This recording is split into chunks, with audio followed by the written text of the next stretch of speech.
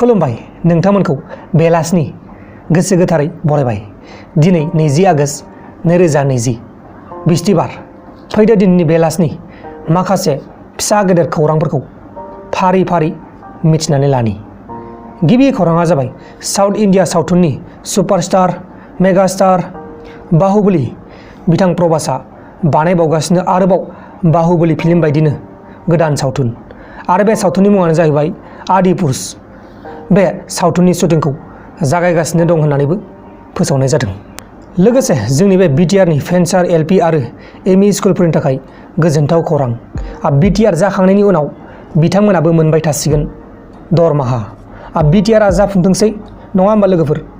बे बिटिआरआ जाखांनायनि उनावनो बिथांमोनाबो मोनबाय थासिगोन दरमाहा। आं बिथांमोननि थाखाय बेखौनो आरज खालामो जाहाथे बे फेन्सार स्कुला बिटिआर गोरोबथा जाखांनायनि उनाव थाबैनो दाफुंजायो। गुबुन फारसेथिं आग्रायाव सासे 25 बोसोरनि हिन्जाव डक्टरखौ अराय जालुन मेडिकेल कलेजनि मेडिकेल अफिसारा बुथारबाय। खौराङाव फोसावनाय बायदिब्ला मेडिकेल अफिसारजों बै बुथारजानाय डक्टरजों गोसो थोलायलायोमोन।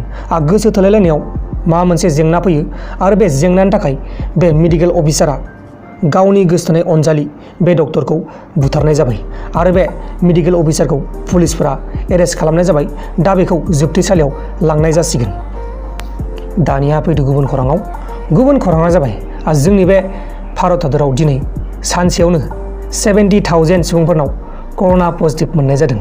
आं दहाय फुङाव बुंदोंमोन 50,000नि सायाव मोनखागोन होननानै, नाथाय 60,000 मोनहैबावबाय। आसरित। लोगोसे जोंनि बे भारत हादराव कर'ना भाइरासनि थाखाय दासिम गासै $8 ट्रिलियन रांनि खहा जाबाय होननानै मिनिस्टार अफ एक्सटार्नेल एफेयार अफ इन्डियानि सुब्रमनियाम बिथाङा बुंदों। जोबोर गाज्रि खौरां। $8 ट्रिलियन रांनि खहा जाबाय जोंनि बे भारत हादराव कर'ना भाइरासनि थाखाय। गुबुन खौराङा जाबाय राजस्थान सरकारा दिनै जानाय लोंनायनि बेसेनखौ नोजोर होनानै बा नायनानै मोनसे गोदान स्किम बहनबाय आरो बै स्किमनि मुङानो जाहैबाय इन्दिरा रस'ई यजना। मोनजासिगोन ओंखामखौ थोरसिसेयाव 8 राङावनो। राजस्थानाव थानाय सुबुंफोरनि थाखाय जोबोर मोजां खौरां। जोंनि बे आसामावबो ओंखाम थोरसिसेयाव 8 राङाव मोनजानायमोनब्ला जोबोर मोजां मोनगौमोन। दानिया फैदो गुबुन खौराङाव। गुबुन खौराङा जाबाय उत्तर प्रदेशआव दैबाना जानानै दासिम गासै दै सिङाव 777 गामिफोरा दंगासिनो दङ। बे खौरांखौ उत्तर प्रदेशनि चिफ मिनिस्टार बिथां योगिया टुइटारनि गेजेरजों दहाय सानाव फोसावनानै होदों।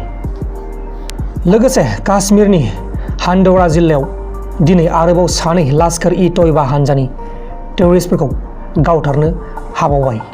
सिकिउरिटि फर्स हान्जाया सान हर उन्दुआलासिनो अपारेशन खालामनानै बिसोर लश्कर-इ-तयबा हान्जानि टेररिस्टफोरखौ गावथारनो हादों होननानै फोसावनाय जादों। बिथांमोननि थाखाय जय हिन्द। दानिया फैदो गुबुन खौराङाव। गुबुन खौराङा जाबाय सुप्रिम कर्टआ सुशांत सिंह राजपुतनि केसखौ सिबिआइनो होखांनायनि उनाव मुम्बाइ पुलिसआ बयजोंबो सोंखारिजादों। मुम्बाइ पुलिसआ बलिउडआवल' हिर' नाथाय मोगथाङाव जिर'। मोगथाङाव गुन्दाफोरनिसो लोगो होननानै सोंखारिदों।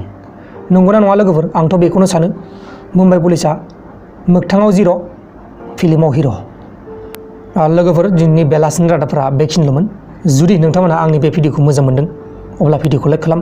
लोगोसे भिडिअखौ मोजां मोनाखै अब्लाबो लाइक खालाम। मोजां मोनदोंब्लाबो मोजां मोनाखैब्लाबो लाइक खालाम।